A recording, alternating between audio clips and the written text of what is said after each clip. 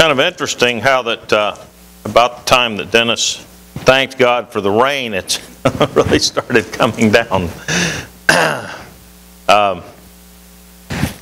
Reminder, I guess, of the lesson we're going to be studying this morning.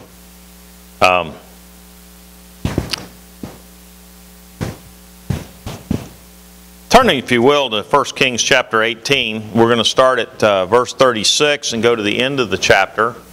And if somebody would read that verse 36 down to the end of chapter 18 for us, we'll get started.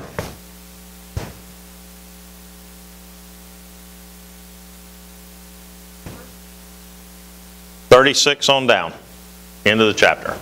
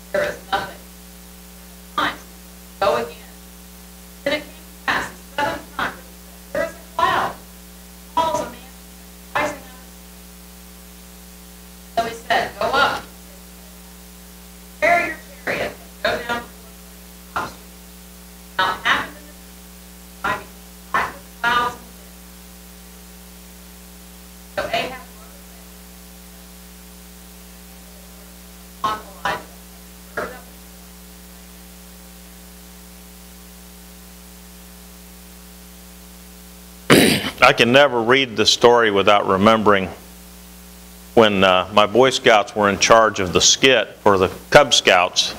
I knew there were 2 fire pits there, and so I had the boys, suggested to the boys that they do this as their skit. And they played it up real good. Boy, the prophets of Baal were out there. If you remember that song, "Come on Baby, Light My Fire," they were singing, "Come on Baal, Light Our Fire."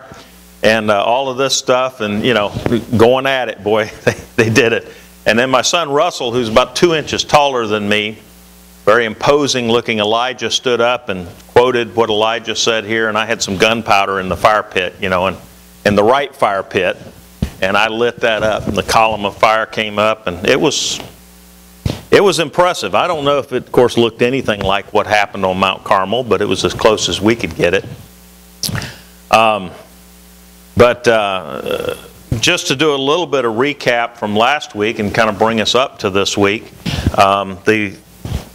Elijah makes this proposal to Ahab, and he says, "You get 450 prophets of Baal and 400 prophets of Asherah," Asherah being the female deity that was Baal's, I don't know paramour or whatever, and you get these 850 prophets of your gods against me. Now, I'm sure Ahab looked at this and said, 850 to 1? How in the world am I going to lose that battle?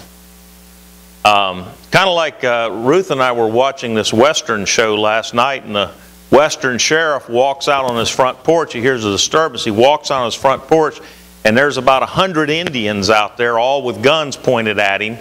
And he's got his one, Winchester lever action there, and all they wanted to do was talk to him, fortunately, for him, at least in the movie. But, here he is, all the 100 to 1. I mean, who do you think's going to win that fight? Somebody starts shooting, it's pretty much over for the sheriff. And I'm sure that Ahab thought the same thing. 850 to 1? I'm not going to lose that battle. And so he gladly agrees to it.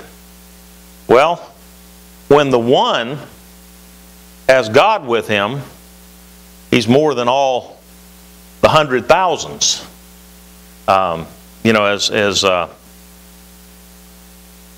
in the days of Hezekiah, when Sennacherib boasted that he had Hezekiah shut up like a bird in a cage, and his host of his armies were just destroyed, and the Israelites didn't even have to lift a finger to do it.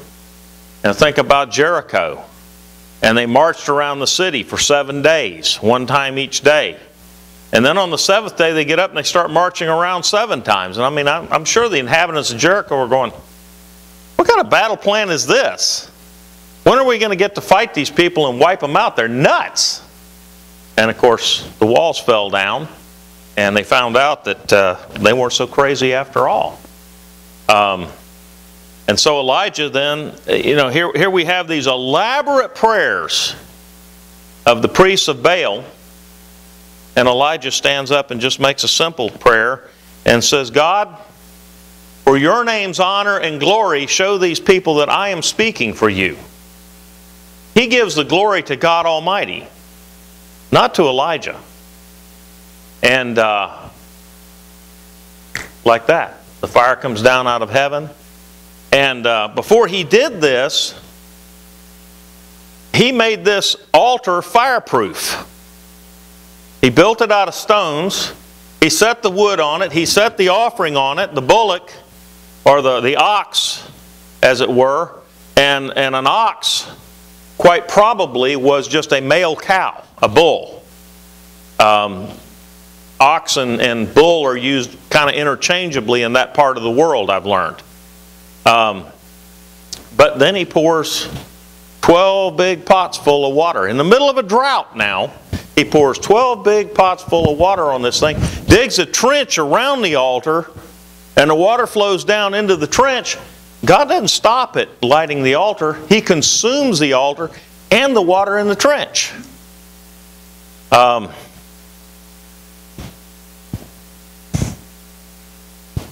There's not really a more clear showing of the superiority of one God over the others than something like this, is there? Who didn't get the message? I'm getting a little ahead of myself into chapter 19, but who did not get the message? Well, Ahab, I think, did get the message. At least for a moment of time. Go ahead, Don. Yeah.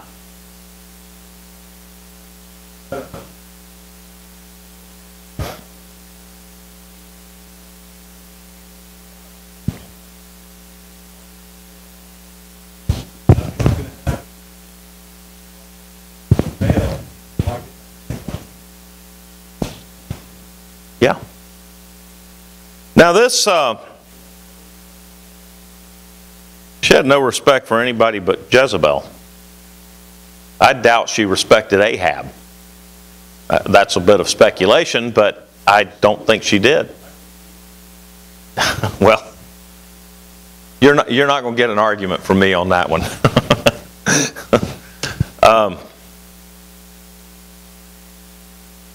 And we'll talk about that some more when we get to it. But one man gives an offering on Mount Carmel, which is answered mightily by the Father in heaven. And this kind of foreshadows the one offering that was given for the sins of all men of all time. Of course, pointing to, as we say, who does this point to? Jesus Christ, of course. All things point to Him. The people's heart, at least for the moment, they had to admit Jehovah is God. They couldn't deny this. Having seen it, they could not deny it.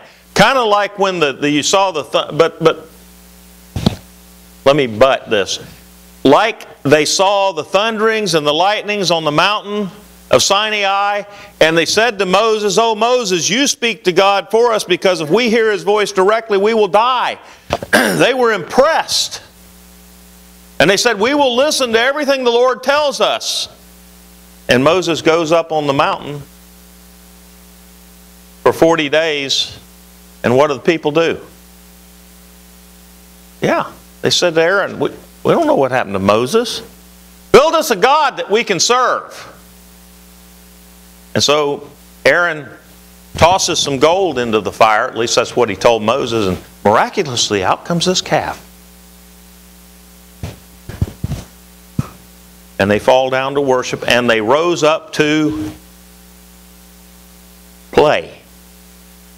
What was their heart really set on? Was it on serving a deity according to His will? I don't know. Let's just erase which deity here for the moment. Was their thought on serving a deity according to that deity's will? It was on serving themselves. Now that's what idolatry is. And I tell you what, a lot of people who call themselves Christians are nothing but idolaters, because they make idols of themselves. And they want to bring God down to their level. Ruth and I were listening to the radio this morning about this lady that was talking about getting saved and how her husband got saved and so on and so forth. And it just, I don't know what she meant by that, what process was involved, but I doubt it had anything to do with what happened in Acts chapter 2. I doubt it had anything to do with what happened in every case of conversion we read about in the book of Acts. Because most of the time when the world talks about getting saved, they're not talking about doing what God told them to do. They're talking about doing what they think God ought to do for them. They come and they pray through and God answers the prayers, or they say some prayer that's not even found in the Bible, called the sinner's prayer. But these people, they say, at least for a period of time, Jehovah is God. We need to serve Him. And then Elijah says, bring those prophets of Baal, the 450 prophets of Baal. I don't know why the prophets, or probably prophetesses, of the Asherah were not brought as well, but it indicates only the 450 were brought of prophets of Baal, and they were executed down by the brook Kishon. Now, why would God demand the execution of these prophets?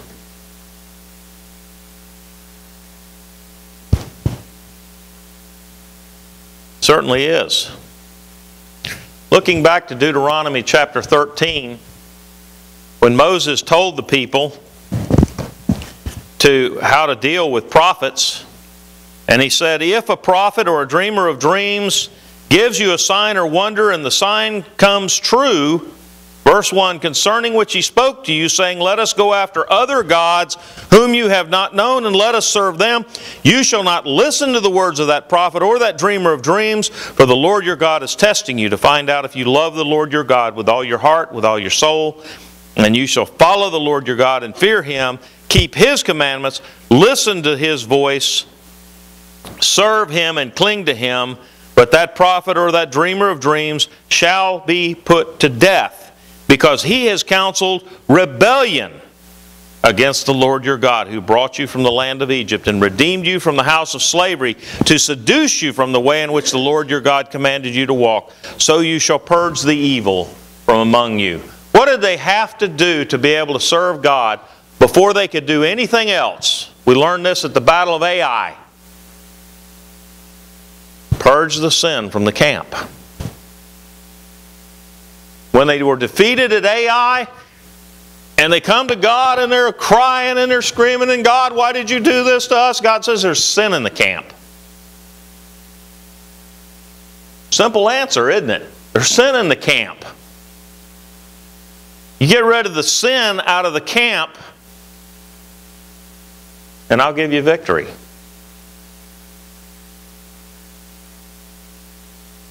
Same holds true today. Now, we don't put people to death, But you know, for a church to grow, a lot of times the first thing that's got to be done, sin's got to be put away. Go ahead, Keith.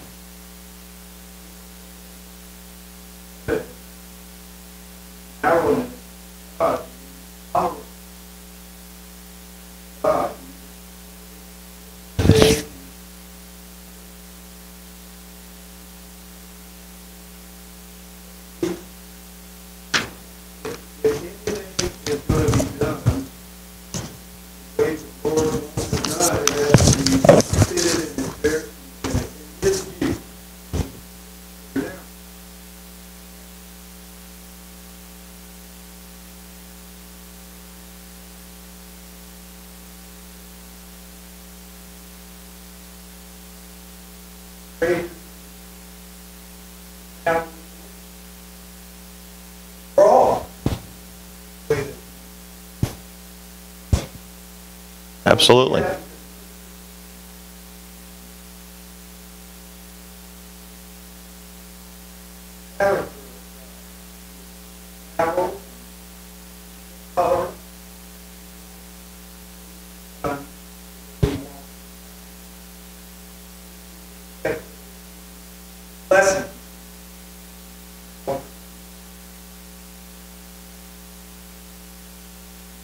How tolerant are the people that say coexist? Everybody ought to just get along when somebody starts telling the truth.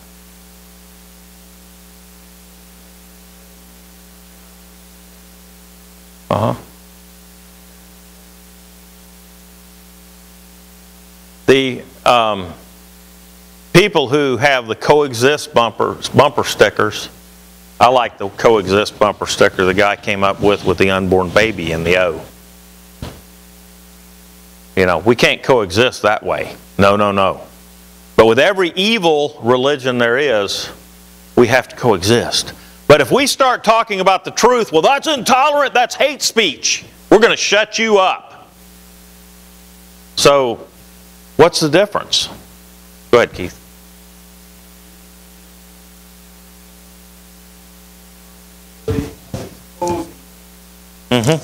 Measuring it by the Word of God. You can't change 10% where they come to the proper based on the evidence. There were many false systems way back then. Still exist. False systems. Back then, they still exist. Our responsibility is to oppose it, express disapproval, those who practice it, show them the light. Our work. That was the work of the prophet. Yep. And we need to be busy about doing it. In love. And they're going to charge us with hate. Many people, because they don't like, you know, John 3. Jesus' speech to Nicodemus. Men loved the darkness and refused to come to the light. And there are so many people out there in this world. There are far more people in this world that hate the light that will not come to it. And there's nothing we can do about that. We just have to try to keep teaching the truth and trying to bring people to the light. Jesus couldn't save everybody. And if the master teacher can't, go ahead.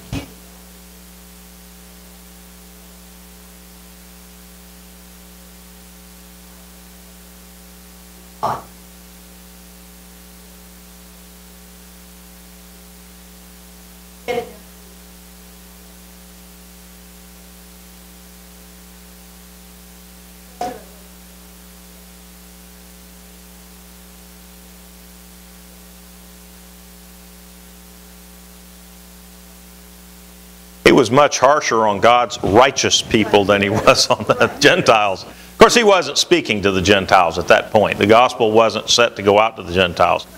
But he did.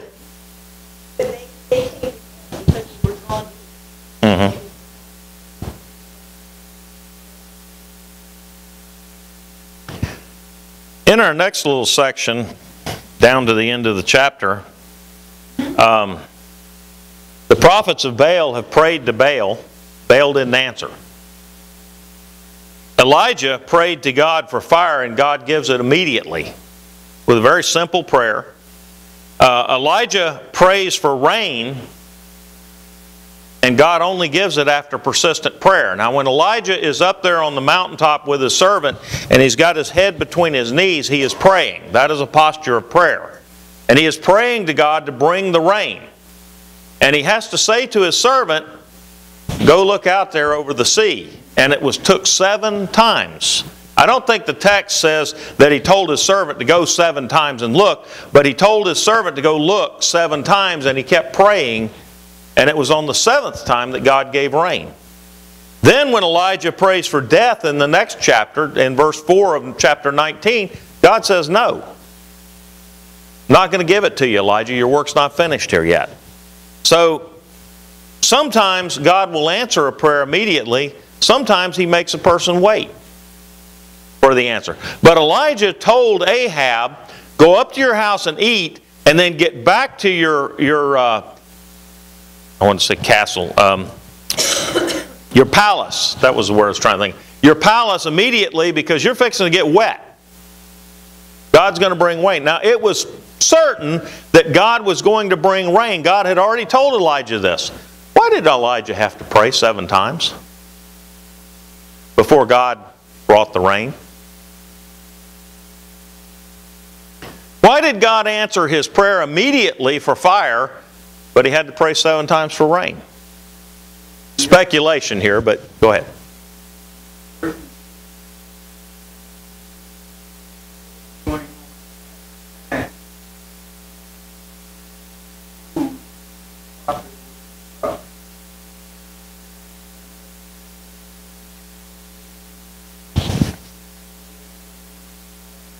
Okay.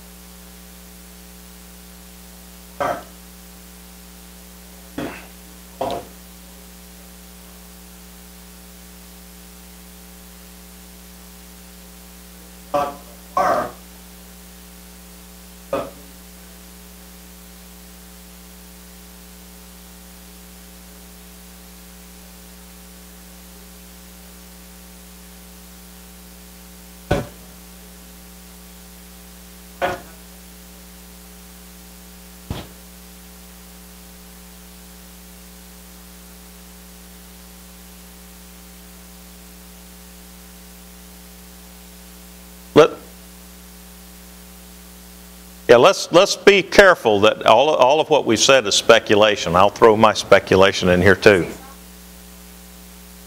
And I think everybody has hit on it here. I'm going to say it in a little. Go ahead.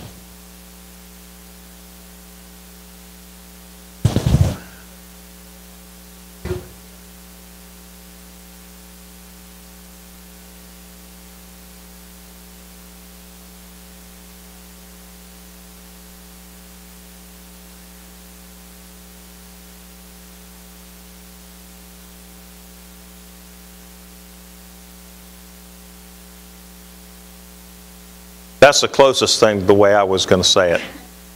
And let's remember, the reason is because God knew what He was doing.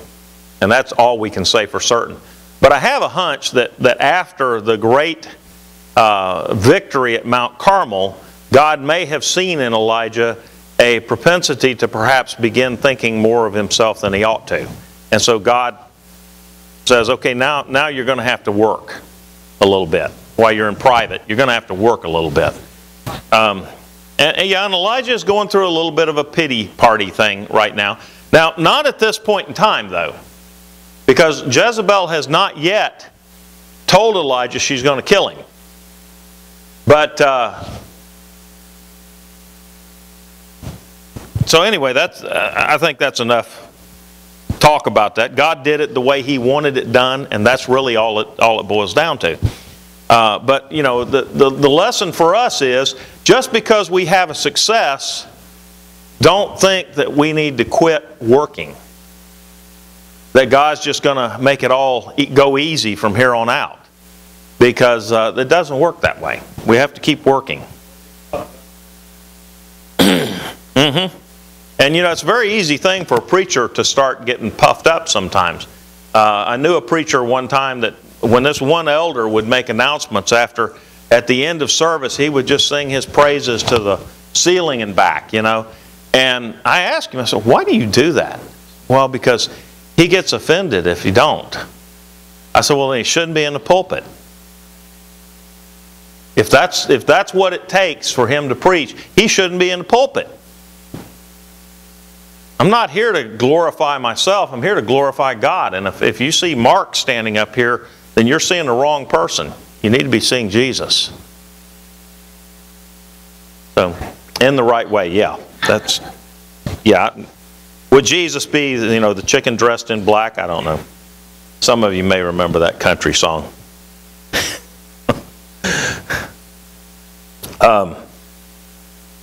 But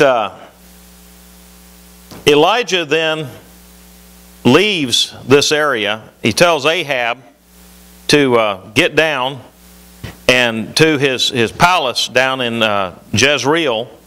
And then Elijah actually beats him to Jezreel. He runs ahead of him, it says.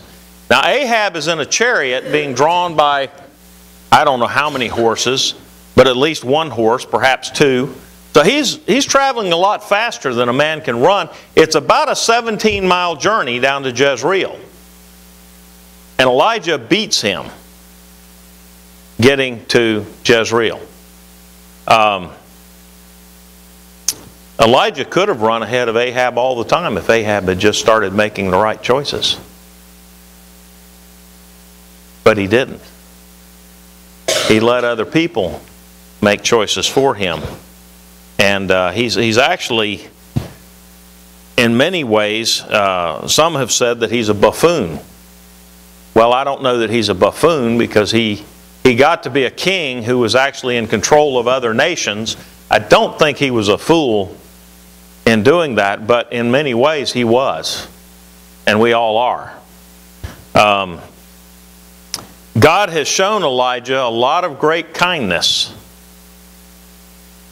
When you think about it, he's an evil man who is opposed to God at every turn, and God keeps giving him opportunities to repent and turn away from his wickedness. And he keeps on working on him until it's just obvious that it isn't going to work. And then he brings about his death. And that's all Ahab's fault, because he refuses to listen.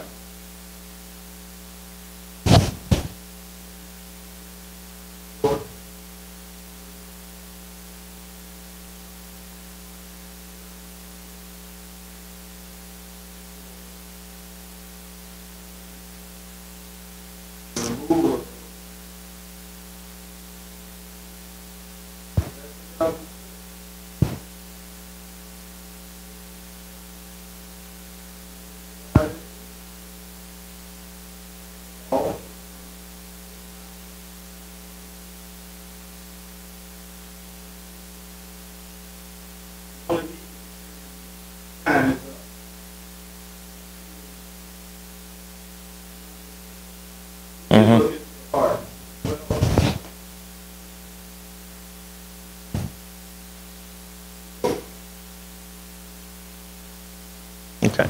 Go ahead, Gail.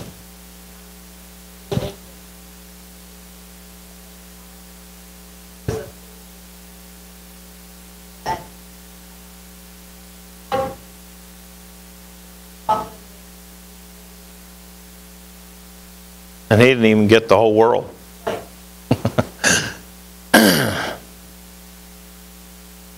Elijah, throughout the narrative, starts out in chapter 18, verses 19, 41, 44, and so on, doing what Elijah tells him to do. In chapter 16 and so forth, in chapter 21, he does what his wife tells him to do. In chapter 20, he does what Ben-Hadad tells him to do. In chapter 22, he does what his false prophets told him to do. And then in chapter 22, he does what Jehoshaphat tells him to do.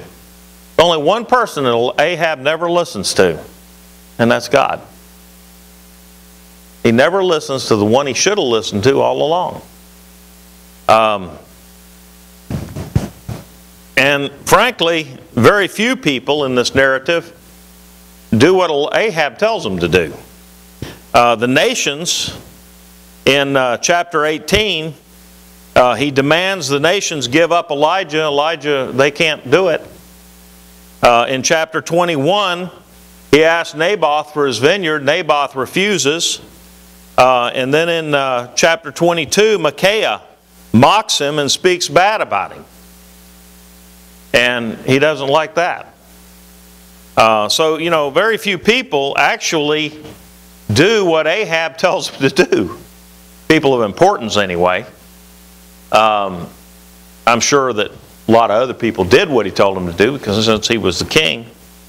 But, you know, the victory over Baal seems like it may have convinced Ahab to some extent for a short period of time. Because Ahab does go up and he eats when Elijah tells him to. He does immediately set out to Jezreel, back to his palace, which Elijah tells him to do. So apparently there was some level of belief that God was going to bring this rain, and that He is God. But then as soon as he gets back home to his wife, that all evaporates. Which leads us to the very important thing of, and there's nobody here really that needs this, but we can admonish others. Well, there's maybe one that needs to hear this. Be careful who you marry. Be very careful who you marry. We had a president, several presidents ago, who was known, well, we've had several of them, history has taught us, to cheat on their wives. And people say, oh, it doesn't matter. It's not an issue at all about whether he can be president. Well, wait a minute. If your spouse is the most important person in this world to you, and you're going to cheat on them, and you're going to lie to them, and do hurtful things to them, what are you going to do to everybody else? If the most important person in this world to you is not important to you, do you think the nation is going to be important to that person? I don't think so. The morality of leaders is very important. Our morality is very important. We can't abuse the people who are closest to us and be looked upon as righteous people. Can we?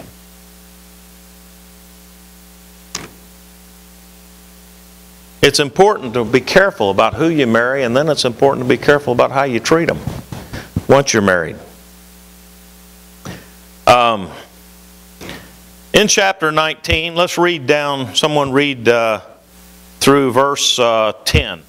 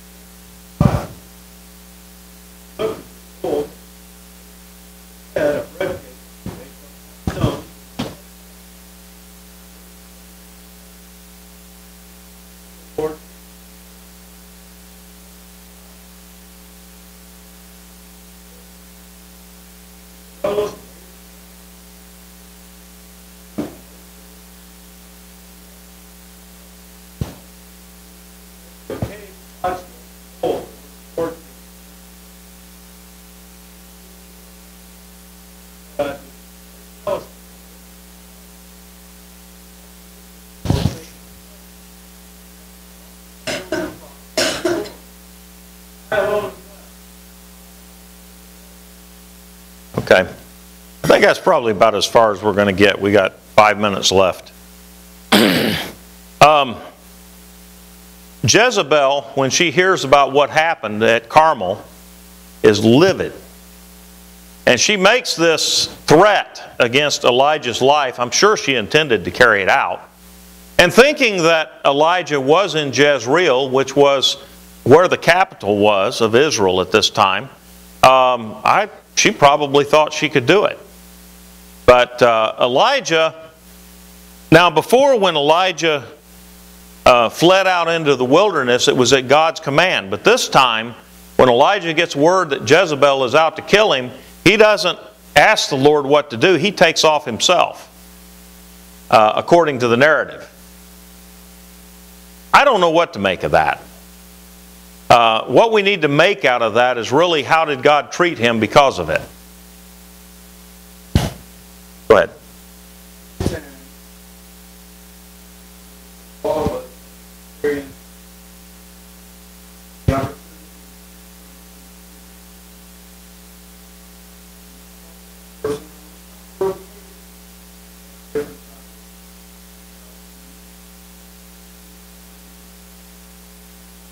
Yes. Yes. Still, as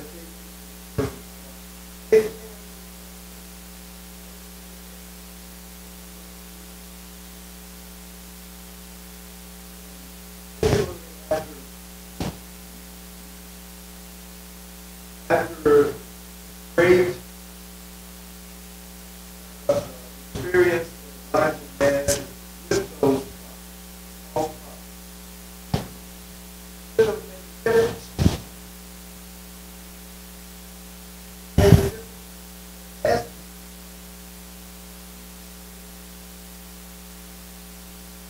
Yet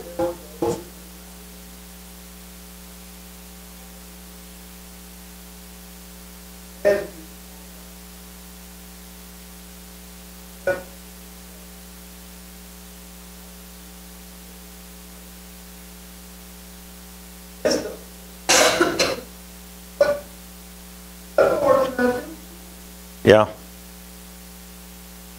Jezebel kind of reminds me, as I was reading this, Jezebel kind of reminded me, Jezebel's attitude reminded me of you remember in the opening scenes of the Wizard of Oz, where she's transported to that magical kingdom and the house fell on the witch and you see the feet of the witch sticking out from under the house? She's dead as a doornail. But Jezebel kind of reminds me of if that witch just kind of pushed her way up through the floorboards and said, "Oh no, I'm not dead and this house didn't fall on me." You know, it's kind of like, you know, there's nothing that's going to change her mind. Rock solid evidence is not going to change her mind.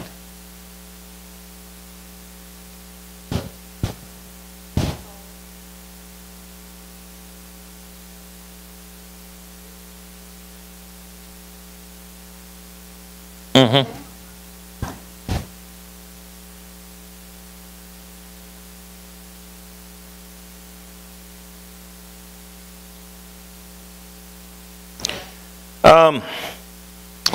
At any rate, just to kind of finish this out, then Wayne can pick up at verse 11.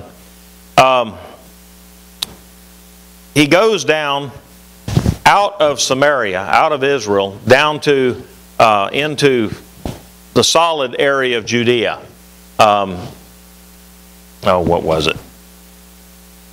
I keep wanting to say Bethlehem. He didn't go to Bethlehem. Bethel. Beersheba. The well of Sheba is Beer as well.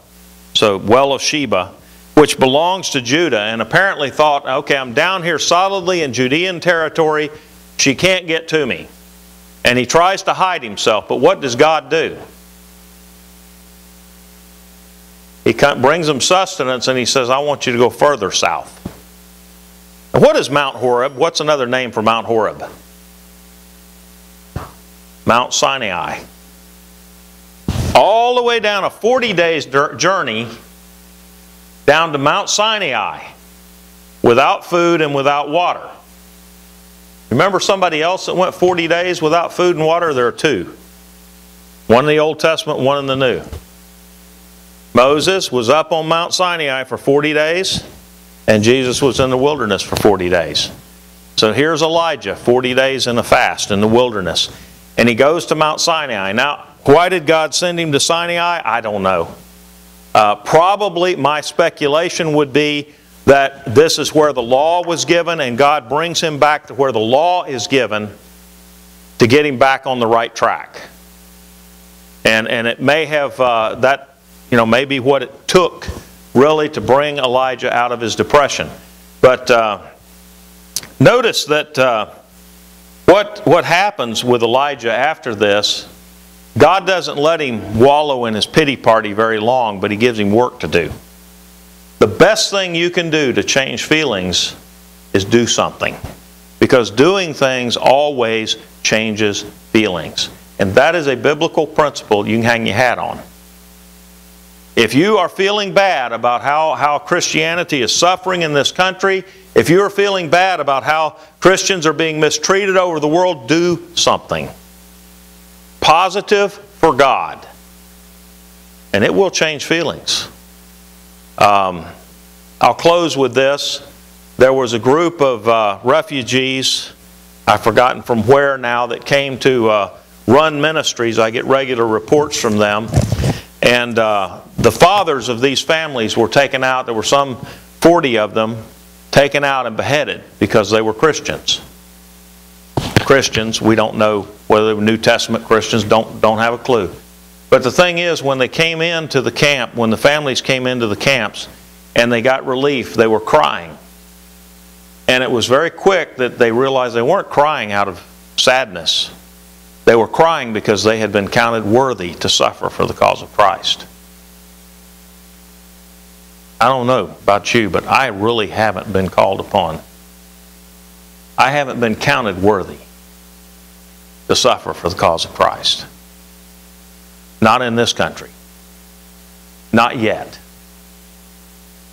What will you do if you're called to suffer for the cause of Christ? Will you rejoice in that? Thank you.